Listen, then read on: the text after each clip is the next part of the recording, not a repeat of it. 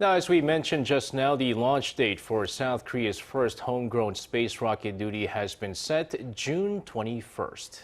It comes after a series of events, including bad weather conditions, a technical glitch, and then a miraculous recovery. Our Han Seong-woo, who's been covering the historic event on site at the Naro Space Center, provides a timeline of what's been happening so far. June 14th, 7 a.m.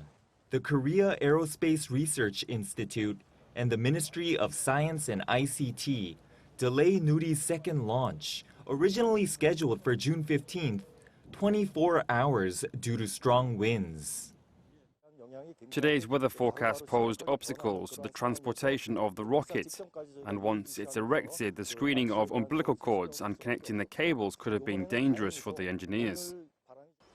Rise and shine June 15th at the Naro Space Center in Gohung, Jeollanam-do Province, where in one day, South Korea's first homegrown space rocket would blast off from.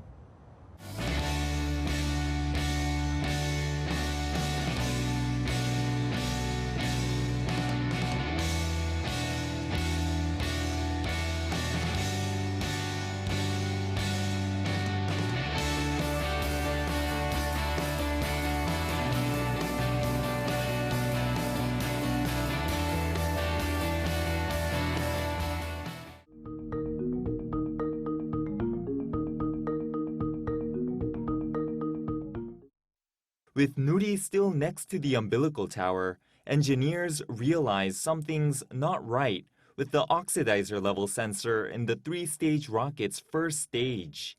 Its readings static when they're supposed to change in value.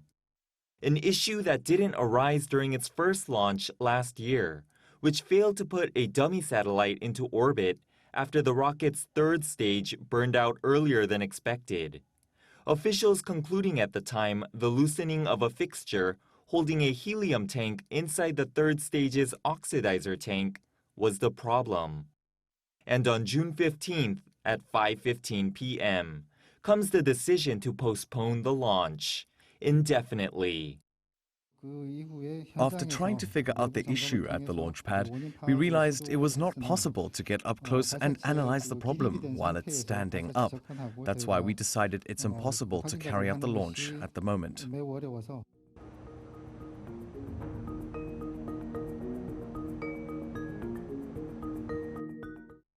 With the monsoon season also approaching, fears mount that an issue with the sensor itself, not the electric cable or terminal box, could require the separation of Nuri's first two stages and push the launch well past June 23rd, the last day of the rocket's alternative launch window. Then on June 17th at 5:30 p.m., a miracle.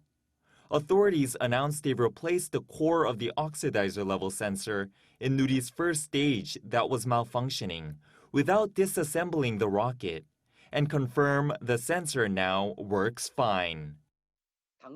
At first, we thought Nuri's first and second stages would have to be separated to replace the problematic sensor itself, but researchers at the Korea Aerospace Research Institute, after close examination, found the issue could be solved by replacing just one key part that was malfunctioning.